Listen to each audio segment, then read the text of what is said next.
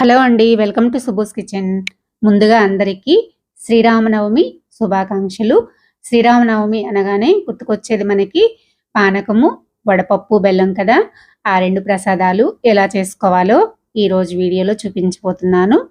తప్పకుండా మీరు కూడా చూసి దేవుడికి నైవేద్యంగా పెట్టి ఆ దేవుడి కృప పొందాలని కోరుకుంటూ వీడియోలోకైతే వెళ్దాము.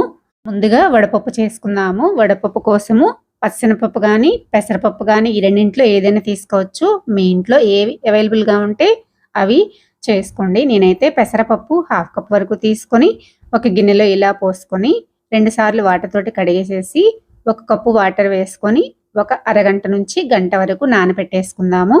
ఈలోపు మనము పానకాన్ని రెడీ చేసుకుందాము. నేను చూపిస్తున్న ఈ కప్పు తోటి 1 కప్పు వరకు బెల్లాన్ని వేసుకొని అందులోకి 1 కప్పు వాటర్ వేసుకొని బెల్లాన్ని అయితే నానబెట్టేసుకుందాము. బెల్లాన్ని మెత్తగా దంచుకొని వేసుకొని నానబెట్టుకోండి. చూసారు కదా, బెల్లం అయితే పూర్తిగా కరిగిపోయింది. మధ్య మధ్యలో ఇలా స్పూన్ పెట్టి కలుపుతూ ఉన్నామంటే గనక బెల్లము పూర్తిగా కరిగిపోయింది. ఇప్పుడు ఈ బెల్లాన్ని వేరొక బౌల్లోకి ఒక స్ట్రైనర్తో వడపోసుకుందాము. వడపోసుకోవడం వల్ల బెల్లంలో ఉన్న నలకలు ఇంకేమైనా ఉంటే అవన్నీ బయటకు వచ్చేస్తాయి.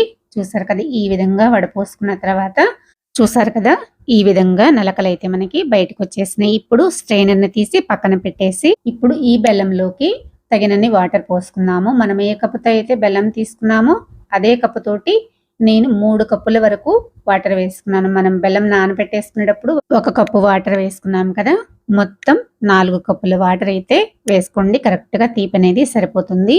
ఇప్పుడు ఇందులోకి 10 మిరియాలు అలానే యాలకులు 3 తీసుకున్నాను. వీటిని కచ్చాపచ్చాగా దంచుకొని ఇలా వేసేసుకుందాము. మీకు ఇంకొంచెం ఘాటు కావాలంటే ఇంకొక 2 మిరియాలు ఎక్స్ట్రా వేసుకోండి. చూసారు కదా, యాలకుల పొడి, మిరియాల పొడి వేసుకున్న తర్వాత ఒక్కసారి ఇలా కలిపేసుకున్నామంటే మనకి దేవుడికి పెట్టే ప్రసాదము పానకం అయితే రెడీ అయిపోయింది. ఇప్పుడు వడపప్పుని ప్రిపేర్ చేసుకుందాము. చూసారు కదా, నానబెట్టిన గంట తర్వాత పప్పు అయితే బాగా నానిపోయినాయి. వీటిని 2 సార్లు వాటర్తో కడిగేసేసి ఇప్పుడు వీటిని ఒక స్ట్రైనర్లోకి వడకట్టేసుకుందాము. ఇందులో ఉన్న వాటర్ అంతా అడుకొచ్చేస్తే కదా, వీటిని వాటర్ పోయేంత వరకు ఇలానే ఉంచి వాటర్ అంతా పోయాక తీసి ఒక బౌల్లోకి అయితే వేసేసుకుందాము. మనకి వడపప్పు కూడా రెడీ అయిపోయినాయి. ఇప్పుడు ఇందులోకి 2 బెల్లం ముక్కలు పెట్టేసామంటే మనకి వడపప్పు బెల్లం కూడా రెడీ అయిపోయింది. చూసారు కదా, ఎంత సింపుల్గా ప్రసాదాలు అనేవి రెడీ అయిపోయినాయో. తప్పకుండా మీరు కూడా ఈ శ్రీరామనవమి పండక్కి వడపప్పు బెల్లం అలాగే బెల్లం పానకం ఈ విధంగా చేసుకొని దేవుడికి పూజ చేసి నైవేద్యంగా పెట్టి మీరు కూడా ప్రసాదాన్ని స్వీకరించండి. నా వీడియో కనుక నచ్చినట్లయితే లైక్ చేయండి, సబ్స్క్రైబ్ చేయండి, షేర్ చేయండి. మరో మంచి వీడియోతో మళ్ళీ కలుద్దాం. Thanks for watching.